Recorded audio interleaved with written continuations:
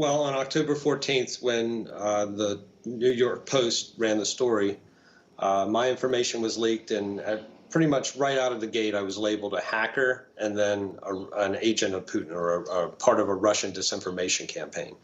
I first went after Twitter because if I ever wanted to rebuild my computer business, having the label of hacker over my head is just, that's never going to happen. It's a death sentence in my industry. So we went after Twitter, and I got destroyed by Twitter. The judge was replaced with an Obama-appointed judge. The case was thrown out, and I was punished by the Florida SLAPP legislation by Twitter. So I never thought I'd have the opportunity to seek accountability for those who slandered me, and until the America Project stepped up about a month ago and offered to step in and sponsor my lawsuit. So I had wanted to go after Adam Schiff for a while. He was quite quick to go on CNN and tell their viewers that this was all coming out of the Kremlin, and I was part of a Russian disinformation campaign.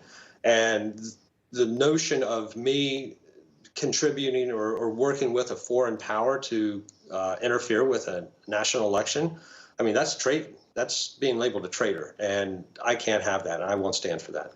This goes past, obviously, the name calling, because, as you pointed out, it's significant in your line of work, being labeled a hacker, especially on a national stage. Like you said, your words, it's a death sentence. Are you even working right now? And explain that to us.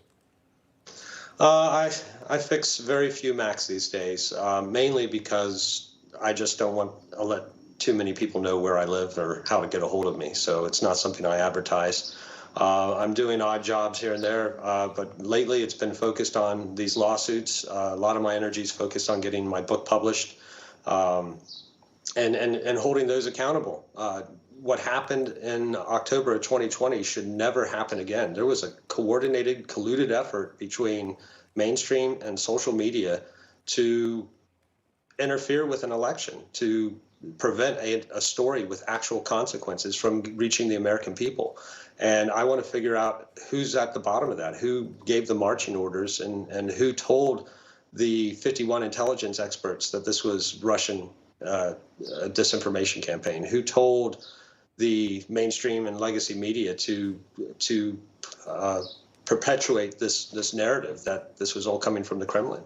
I want to get to the bottom of it, and I think I owe it to the American people to get to the bottom of it.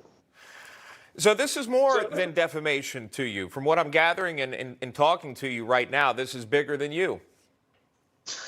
This was collusion. Zuckerberg said during the Senate hearing in 2020 that the FBI approached Google, Facebook, and Twitter to warn them of a massive dump of documents to be released shortly before the election, and to be on the lookout because it's going to be coming from a foreign power. So the FBI, who knew I was in possession, who knew that, or obviously, because this happened a week after I mailed the drive to Rudy Giuliani's office. So the FBI was in on it. The DOJ's been in on it. Who else is in on it? And we need to figure this out, because this is not how we elect our officials. And to be very factual, Hunter Biden still is under investigation by federal authorities. Again, though not much is known at this time. John Paul Mac-Isaac, the one who turned in that Hunter Biden laptop, joining us live here with details on his defamation suit. Thank you so much for taking the time. Thanks for having me back on.